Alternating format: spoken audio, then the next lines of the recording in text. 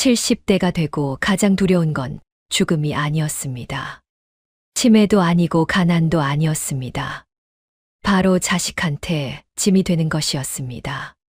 화장실도 혼자 못 가고 밥도 혼자 못 먹고 옷도 혼자 못 입는 제 모습을 자식이 보는 게 가장 무서웠습니다. 70대가 되고 느끼는 가장 큰 두려움을 말씀드립니다. 안녕하세요.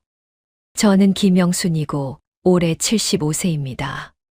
서울 강북구에서 혼자 살고 있고 30년간 초등학교 교사로 일했습니다.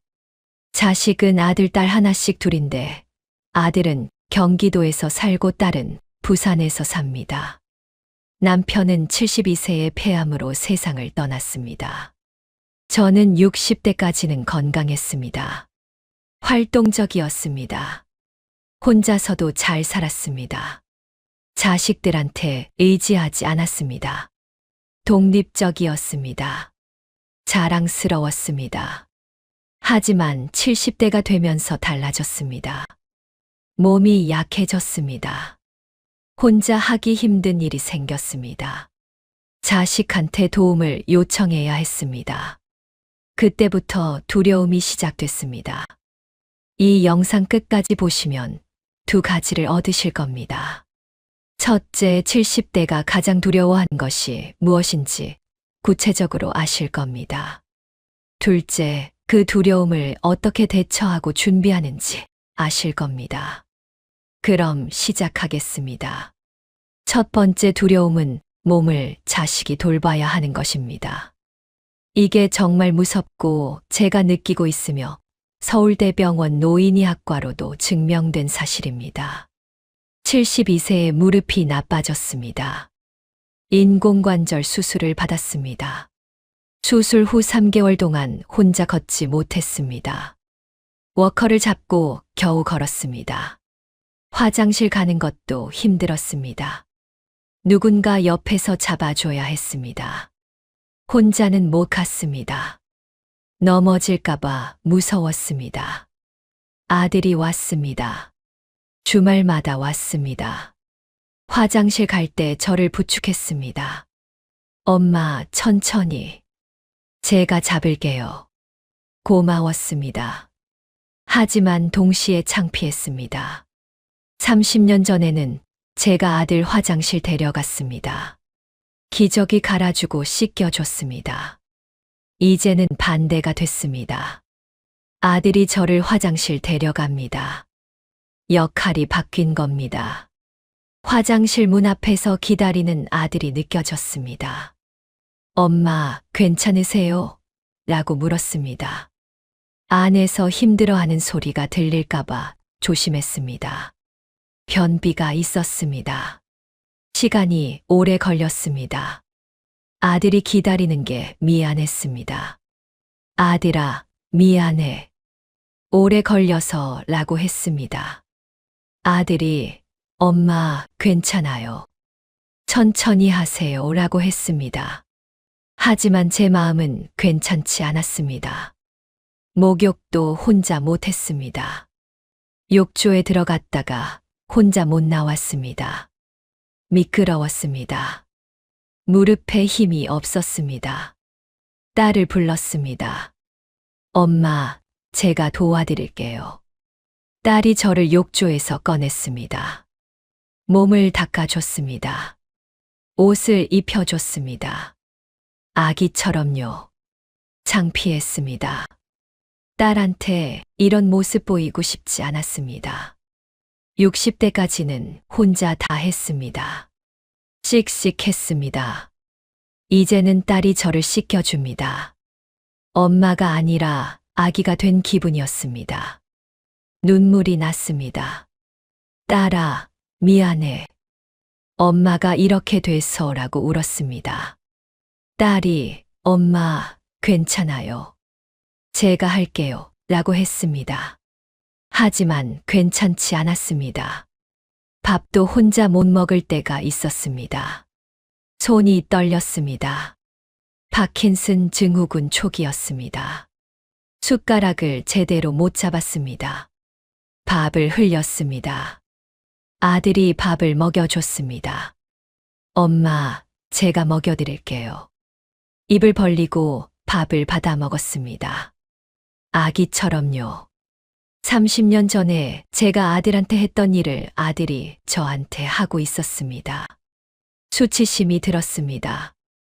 이게 제 모습인가? 혼자 밥도 못 먹는 사람이 됐나? 아들이 저를 불쌍하게 볼까봐 무서웠습니다. 아들 표정을 보지 못했습니다.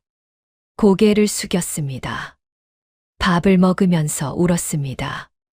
아들이 눈치챘습니다. 엄마, 왜 우세요? 제가 아무것도 아니야. 그냥 감동해서라고 거짓말했습니다. 73세가 됐을 때 더 나빠졌습니다. 옷을 혼자 못 입었습니다. 팔을 뒤로 못 돌렸습니다.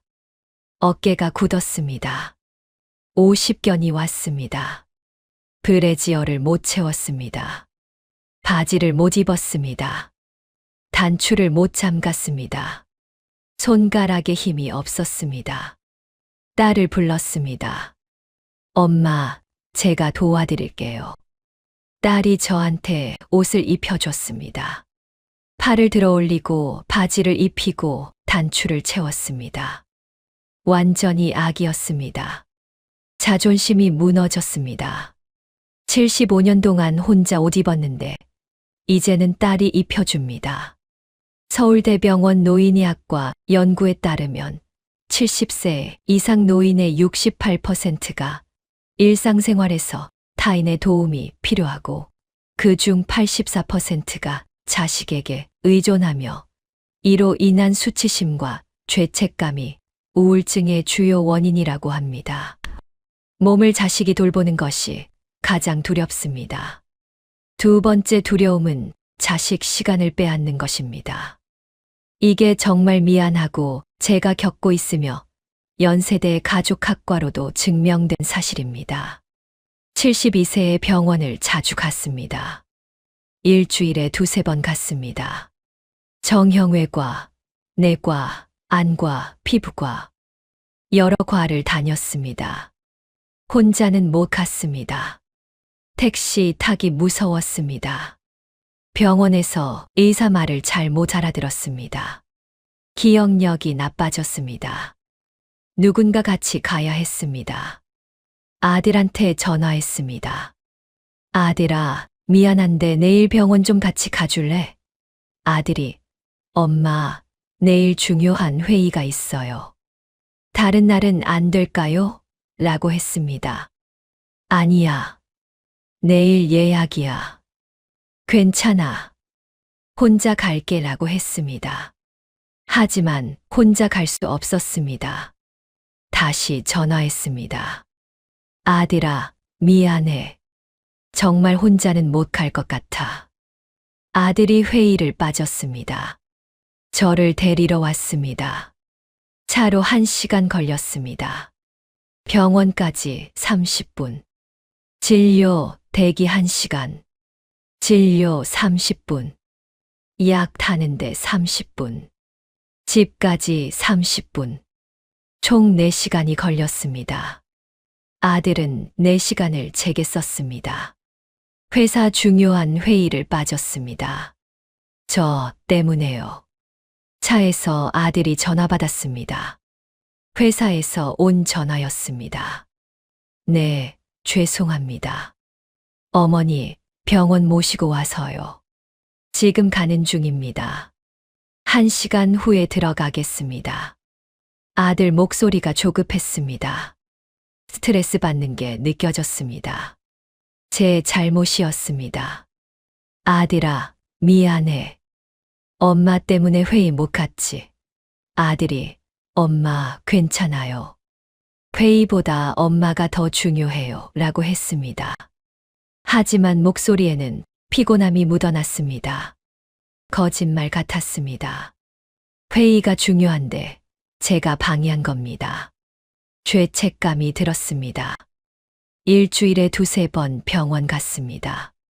한 달이면 10번입니다. 아들이 10번 와야 했습니다. 한 번에 4시간씩이면 40시간입니다. 한 달에 40시간을 제게 썼습니다. 일주일 근무 시간이었습니다. 아들은 한 달에 일주일치 시간을 제게 쓰는 겁니다. 미안했습니다. 아들도 바쁩니다. 회사 일도 있고, 아내도 있고, 아이들도 있습니다. 제 시간이 필요합니다.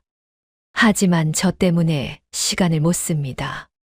제게 써야 합니다. 저는 시간 도둑이 된 겁니다.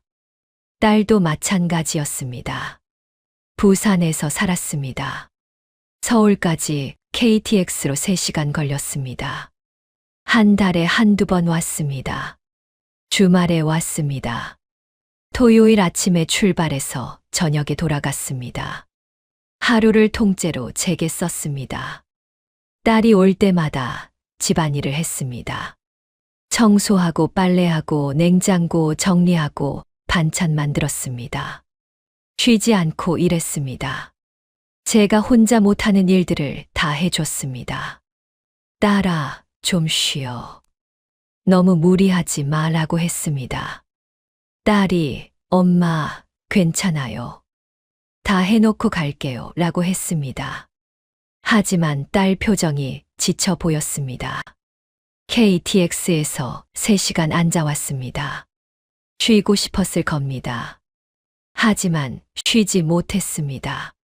제 집 일을 해야 했습니다. 저녁에 돌아갈 때 딸이 정말 피곤해 보였습니다. 엄마, 다음 주에 또 올게요. 웃으며 말했습니다. 하지만 억지 웃음 같았습니다. 딸한테 미안했습니다. 주말은 딸 시간입니다. 남편과 시간 보내고 아이들과 놀고 쉬어야 합니다. 하지만 저 때문에 서울 왔습니다. 왕복 6시간. 제 집 일하는데 6시간. 총 12시간을 제게 썼습니다. 주말이 다 날아간 겁니다. 74세가 됐을 때 더 심해졌습니다. 밤에 넘어졌습니다. 화장실 가다가 넘어졌습니다. 어두웠습니다. 혼자 못 일어났습니다. 바닥에 2시간 동안 누워 있었습니다. 아들한테 전화했습니다. 새벽 2시였습니다. 아들아, 미안해. 엄마가 넘어졌어. 혼자 못 일어나. 아들이 급하게 왔습니다. 차로 1시간 걸렸습니다. 새벽 3시에 도착했습니다. 저를 일으켜 세웠습니다. 병원에 갔습니다. 엑스레이 찍었습니다. 다행히 골절은 없었습니다. 집에 돌아왔습니다. 새벽 5시였습니다. 아들은 그날 회사 못 갔습니다. 하루를 날렸습니다.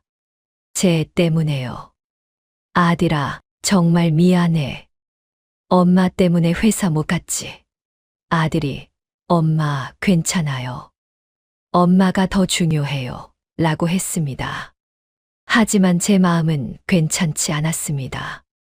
아들 시간을 뺏은 게 너무 미안했습니다. 죄책감에 밤에 잠을 못 잤습니다.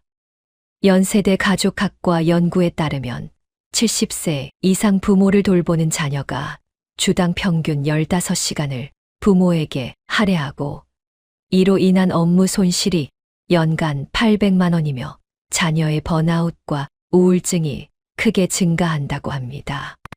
자식 시간을 빼앗는 게 두렵습니다. 세 번째 두려움은 자식 돈을 쓰게 만드는 것입니다. 이게 정말 죄송하고 제가 느끼며 국민연금연구원으로도 증명된 사실입니다. 73세에 입원했습니다. 폐렴이 왔습니다. 2주 동안 입원했습니다. 입원비가 500만 원 나왔습니다. 보험으로 300만 원 나왔습니다.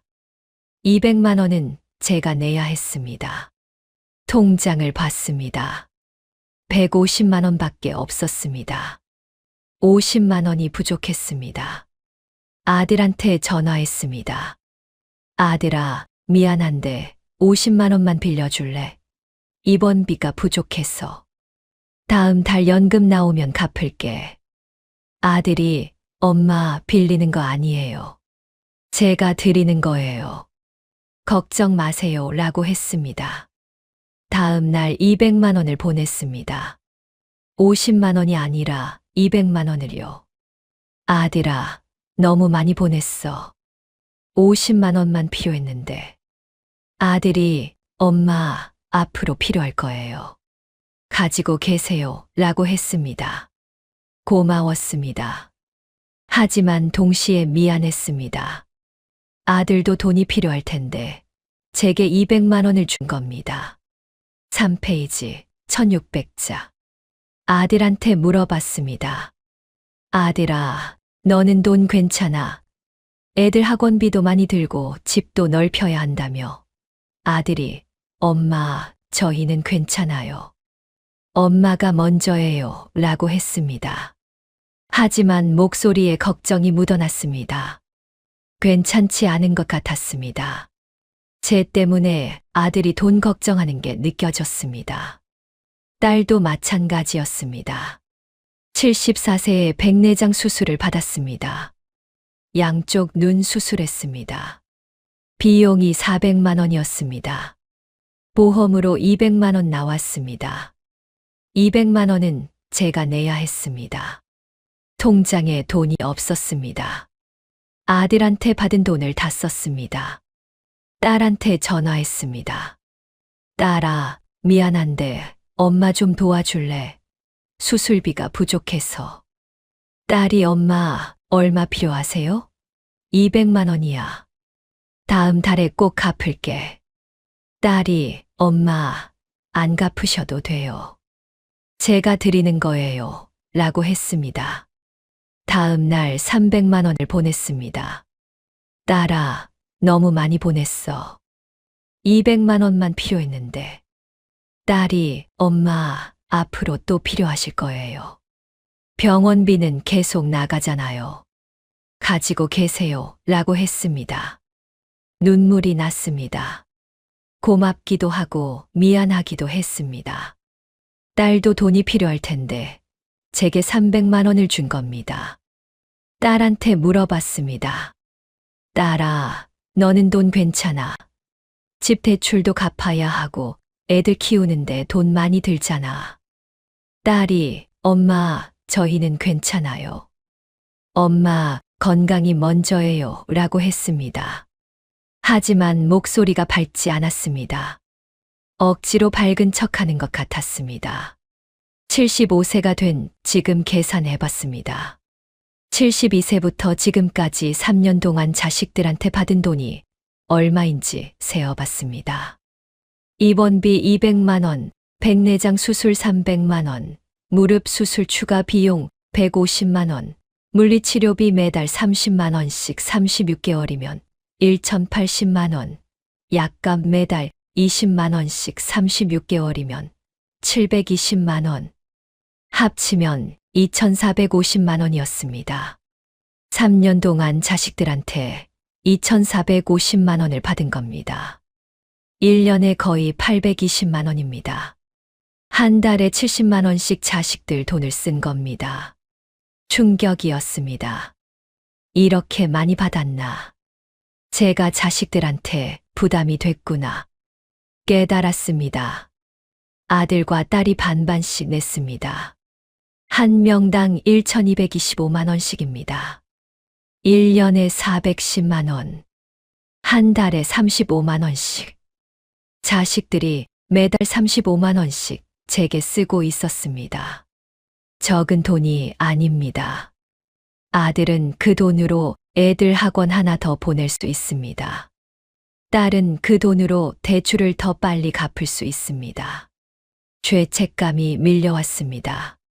제가 자식들 돈을 빼앗고 있었습니다. 제가 없었으면 자식들이 그 돈을 자기들한테 썼을 겁니다. 하지만 제가 있어서 제게 써야 합니다. 저는 자식들한테 금전적 부담이었습니다. 다음에 아프면 어떡하지? 또 돈이 필요하면 또 자식들한테 손 벌려야 하나? 생각만 해도 무서웠습니다. 자식들한테 더 이상 부담 주기 싫었습니다. 하지만 제 연금 80만 원으로는 병원비를 못 냅니다. 관리비 30만 원, 식비 30만 원, 공과금 10만 원 내면 10만 원밖에 안 남습니다. 병원비로 턱없이 부족합니다. 국민연금연구원 조사에 따르면 70세 이상 부모의 의료비 중 평균 58%를 자녀가 부담하고 자녀 한 명당 연평균 420만 원을 부모 의료비로 지출하며 이로 인한 자녀 가정의 경제적 스트레스가 심각하다고 합니다. 자식 돈을 쓰게 만드는 게 두렵습니다.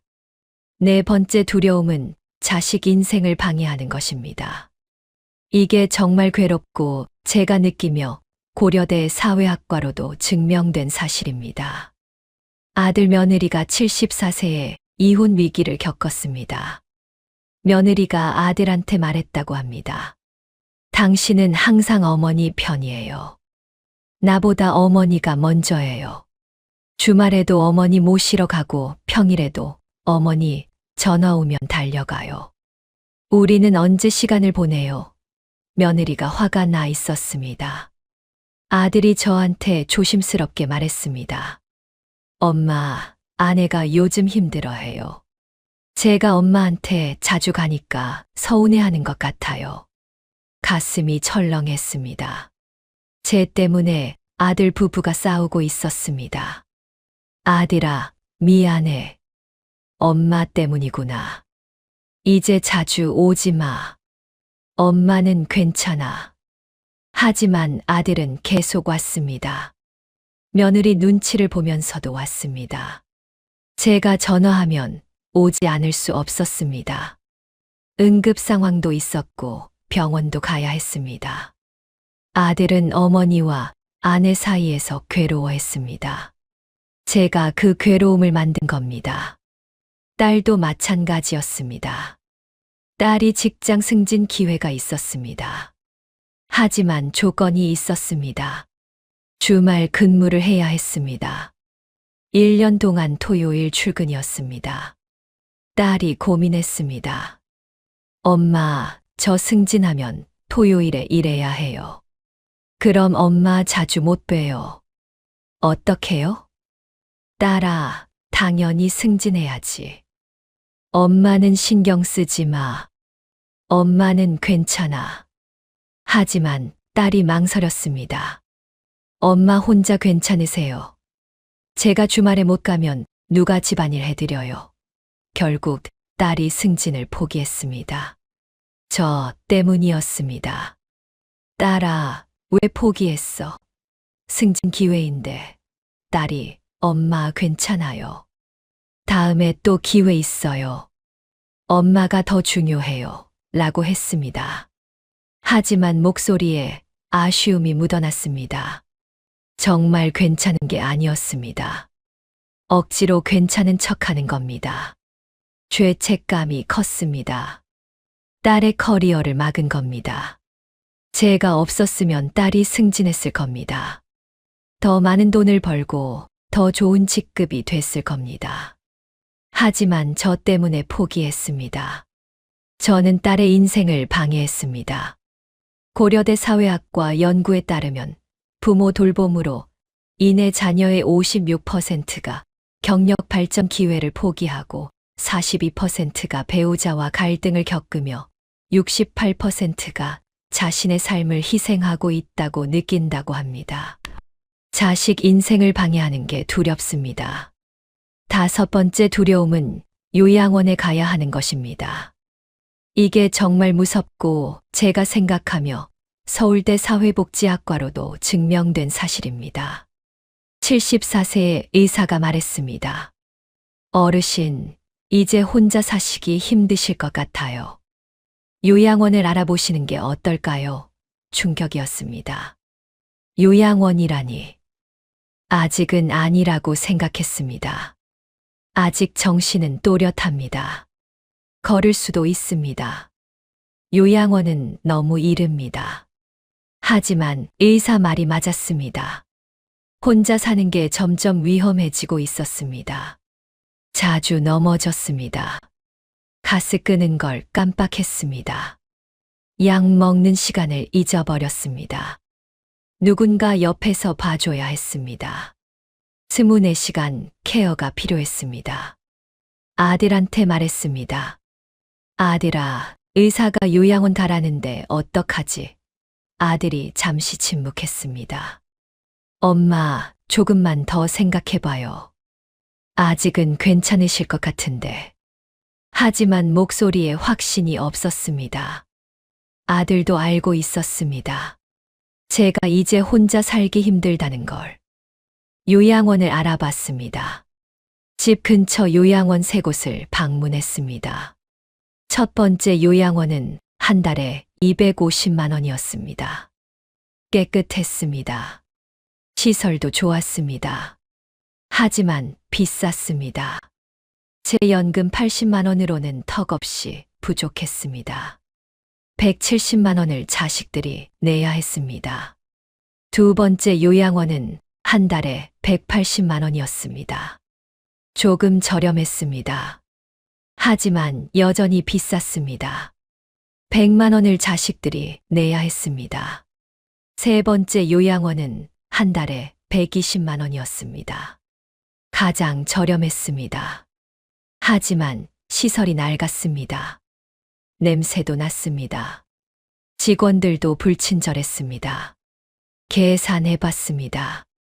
제일 싼 요양원에 가도 한 달에 40만 원을 자식들이 내야 했습니다. 1년이면 480만 원입니다. 10년이면 4,800만 원입니다. 제가 10년을 산다면 자식들이 4,800만 원을 내야 합니다. 엄청난 돈입니다. 아들과 딸이 반반씩 내면 한 명당 2,400만 원입니다. 1년에 240만 원, 한 달에 20만 원씩. 요양원비 때문에 자식들이 매달 20만 원씩 내야 합니다. 병원비 35만 원에 요양원비 20만 원 합치면 55만 원입니다. 한 명당 매달 55만 원. 적지 않은 돈입니다. 요양원에 가기 싫었습니다. 첫째, 비용 때문입니다. 자식들한테 부담 주기 싫었습니다. 둘째, 자유가 없어서입니다. 요양원은 규칙이 많습니다. 정해진 시간에 일어나고 정해진 시간에 밥 먹고 정해진 시간에 잡니다. 통제받는 기분입니다. 셋째, 외롭기 때문입니다. 요양원에 가면 자식들이 자주 안 옵니다. 한 달에 한두 번 옵니다. 그것도 의무감으로 옵니다. 진심으로 보고 싶어서가 아닙니다. 외롭습니다. 넷째, 죽음이 보이기 때문입니다. 요양원은 인생의 마지막 장소입니다. 거기 가면 나올 수 없습니다. 죽을 때까지 거기 있습니다. 요양원 방문했을 때 봤습니다. 휠체어에 앉아 멍하니 있는 노인들, TV 보는 노인들, 혼자 울고 있는 노인들.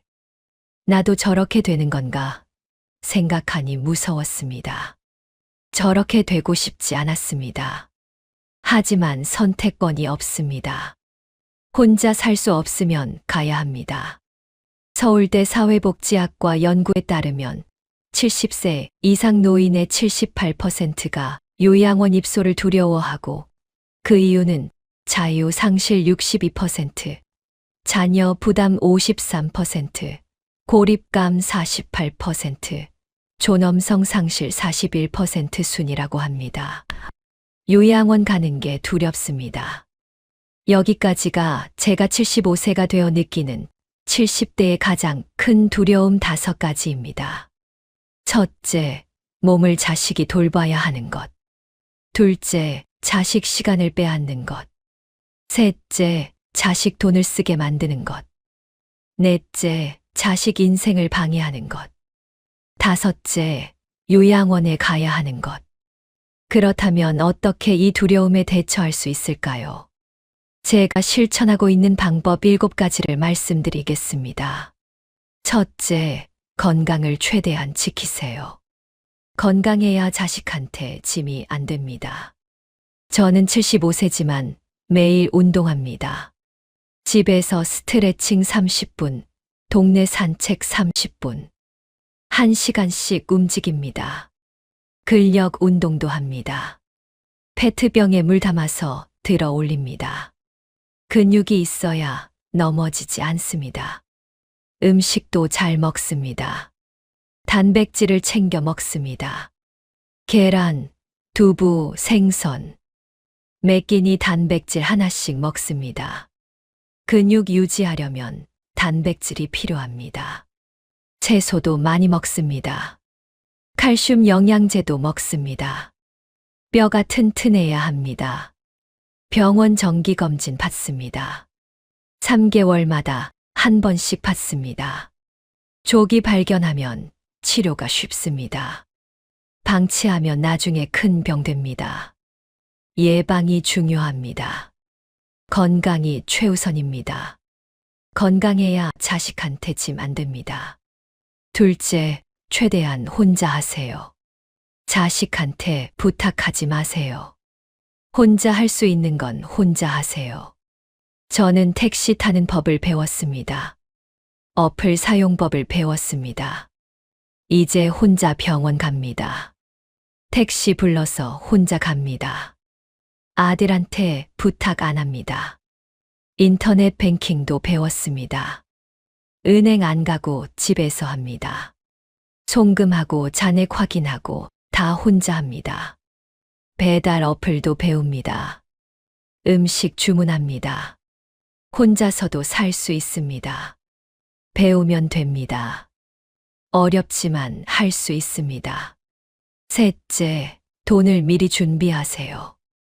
노후 자금이 있어야 자식한테 손 안 벌립니다. 저는 60대에 준비를 못했습니다. 후회합니다. 여러분은 저처럼 하지 마세요. 60대에 최대한 모으세요. 70대는 돈 벌 수 없습니다. 60대가 마지막 기회입니다. 저는 지금이라도 아껴 씁니다. 연금 80만 원 중에 30만 원은 무조건 저축합니다. 50만 원으로 삽니다. 관리비 30만 원, 식비 15만 원, 공과금 5만 원. 빠듯하지만 삽니다. 외식 안 합니다. 옷 안 삽니다. 택시 덜 탑니다. 아껴야 모입니다. 3년 동안 1천만 원 모았습니다. 한 해 300만 원씩. 많지 않지만 중요합니다. 응급 상황에 쓸 수 있습니다. 자식한테 손 안 벌립니다. 목표는 3천만 원입니다. 3천만 원 있으면 몇 년은 버틸 수 있습니다. 자식한테 부담 덜 줍니다. 보험도 중요합니다. 저는 실손보험이 있습니다. 병원비 50% 나옵니다. 없었으면 병원비 다 제가 냈을 겁니다. 지금이라도 보험 들으세요. 70대도 들 수 있는 보험 있습니다. 비싸지만 필요합니다. 병원비가 제일 큽니다. 넷째, 자식한테 솔직하게 말하세요. 미안한 마음 숨기지 마세요. 저는 아들한테 말했습니다. 아들아, 엄마가 너한테 짐이 되는 거 알아. 정말 미안해. 엄마도 이렇게 되고 싶지 않았어. 하지만 어쩔 수 없어. 이해해줘서 고마워. 아들이 울었습니다. 엄마, 짐이 아니에요. 엄마는 제 어머니예요. 당연히 돌봐드려야죠. 미안하다고 하지 마세요. 하지만 저는 알고 있습니다. 부담이라는 걸. 솔직하게 인정하는 게 낫습니다. 숨기면 더 괴롭습니다. 딸한테도 말했습니다. 딸아, 엄마 때문에 승진 포기한 거 알아. 정말 미안해. 엄마 때문에 내 인생이 막힌 거야. 용서해줘. 딸도 울었습니다. 엄마, 괜찮아요. 제 선택이었어요. 후회 안 해요. 하지만 목소리에 아쉬움이 있었습니다. 솔직함이 중요합니다. 솔직하게 말하니 마음이 편해졌습니다. 숨기고 있을 때는 괴로웠습니다. 죄책감이 컸습니다. 말하고 나니 조금 가벼워졌습니다. 자식들도 이해했습니다. 솔직함이 관계를 더 좋게 만듭니다. 다섯째, 자식 인생을 응원하세요. 자식이 자기 인생 살게 놔두세요. 저는 이제 아들한테 말합니다. 아들아, 너무 자주 오지 마. 아내랑 시간 보내. 애들이랑 놀아줘. 엄마는 괜찮아. 한 달에 한 번만 와도 돼. 처음에는 어려웠습니다. 자주 보고 싶었습니다. 하지만 참았습니다. 아들이 엄마 괜찮으세요? 한 달에 한 번은 너무 적은 거 아니에요? 라고 물었습니다. 괜찮아. 엄마는 혼자서도 잘해. 너는 내 가정이 먼저야. 엄마 걱정 말고 아내 잘해줘. 아들이 고마워했습니다. 부담을 덜었다는 표정이었습니다. 딸한테도 말했습니다. 딸아, 다음에 승진 기회 오면 꼭 해. 엄마 걱정하지 마. 엄마는 알아서 할게. 내 인생이 중요해. 딸이 엄마 정말요. 제가 승진하면 주말에 못 가는데 라고 했습니다. 괜찮아. 한 달에 한 번만 와. 영상통화로 자주 하자. 내가 잘 되는 게 엄마한테 제일 좋은 효도야. 자식 인생을 응원하니 제 마음도 편해졌습니다. 자식들이 행복하면 저도 행복합니다. 자식들이 제 때문에 희생하는 게 제일 괴롭습니다. 자식들이 자기 인생 사는 게 제일 좋습니다. 그게 진짜 효도입니다. 여섯째, 요양원을 현실적으로 준비하세요. 언젠가 갈 수 있습니다. 피할 수 없습니다. 준비하는 게 낫습니다. 저는 요양원 리스트를 만들었습니다. 집 근처 요양원 5곳. 비용, 시설, 평판 다 조사했습니다. 언제든 갈 수 있게 준비했습니다. 자식들한테도 말했습니다. 아들아, 딸아, 엄마가 정말 혼자 못 살 것 같으면 요양원 보내. 괜찮아. 엄마도 준비했어. 여기 리스트야. 자식들이 엄마 아직 멀었어요. 그런 이야기 하지 마세요 라고 했습니다. 하지만 준비는 필요합니다. 요양원 비용도 계산했습니다.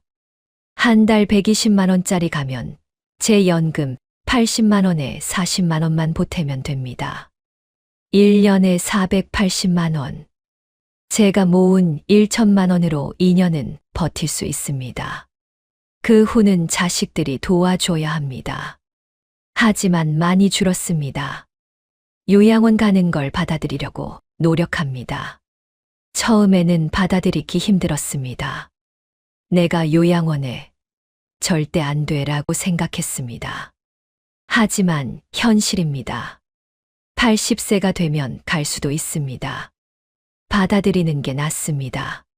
저항해봤자 바뀌지 않습니다. 일곱째, 죽음을 준비하세요. 70대는 죽음이 가깝습니다. 언제 죽을지 모릅니다. 준비하는 게 낫습니다. 저는 유언장을 썼습니다. 재산 분배, 장례 방법 다 정했습니다. 아들과 딸에게 똑같이 나눠줍니다. 장례는 간소하게. 화장해서 수목장 하라고 했습니다. 사전연명 의료의향서도 작성했습니다. 연명치료 거부합니다. 식물인간 되고 싶지 않습니다. 존엄하게 죽고 싶습니다. 자식들한테 부담 주기 싫습니다. 몇 년씩 병상에 누워 있으면 자식들이 힘듭니다. 적당한 때에 가는 게 낫습니다. 자식들한테 편지도 썼습니다. 제가 죽으면 읽으라고 했습니다. 아들아, 딸아, 엄마는 행복했어. 너희가 있어서 행복했어. 고마워. 엄마, 너무 슬퍼하지 마. 엄마는 좋은 곳에 갔어. 너희는 행복하게 살아. 그게 엄마한테 제일 좋은 선물이야. 이렇게 썼습니다. 죽음을 준비하니 마음이 편해졌습니다. 죽음이 무섭지 않습니다. 언젠가 올 거니까. 준비하면 덜 무섭습니다. 자식들도 준비되면 덜 힘듭니다. 갑작스러우면 더 힘듭니다. 준비가 중요합니다. 70대가 되고 가장 두려운 건 자식한테 짐이 되는 것입니다. 죽음보다 무섭습니다. 하지만 피할 수 없습니다. 늙으면 약해집니다. 도움 받아야 합니다. 받아들이세요. 동시에 준비하세요. 7가지 방법 실천하세요. 60대는 지금 준비하세요. 70대는 지금이라도 시작하세요. 늦지 않았습니다. 하면 달라집니다. 자식한테 짐은 될 겁니다. 하지만 준비하면 짐을 줄일 수 있습니다. 조금이라도 나아집니다. 그게 중요합니다. 자식들을 믿으세요. 자식들은 여러분을 사랑합니다. 부담이지만 괜찮다고 합니다. 당연하다고 합니다. 자식들 말을 믿으세요. 너무 죄책감 가지지 마세요. 여러분은 30년 동안 자식을 키웠습니다. 충분히 했습니다. 이제 도움받을 자격 있습니다. 하지만 그래도 노력은 하세요. 건강 지키고 돈 모으고 혼자 할 수 있는 건 혼자 하세요. 자식을 배려하세요. 자식 인생을 응원하세요. 균형이 중요합니다. 도움받되 최선을 다하는 거. 이게 70대의 지혜입니다. 여러분 모두 건강하세요. 준비하세요. 받아들이세요. 노력하세요. 70대가 무섭지만 준비하면 괜찮습니다. 제가 해냈습니다. 여러분도 할 수 있습니다. 서울에서 김영순 올림. 저는 김영순님의 이메일을 읽고 정말 공감했습니다. 70대가 되고 가장 두려운 게 자식한테 짐이 되는 것이라는 말이 너무 와닿았고 현실적이었으며 많은 분들이 공감할 이야기입니다. 이 영상이 도움되셨다면 구독과 좋아요 부탁드리고 긴 영상 끝까지 봐주셔서 감사하고 여러분 모두 건강하고 준비된 노년 보내시길 바랍니다.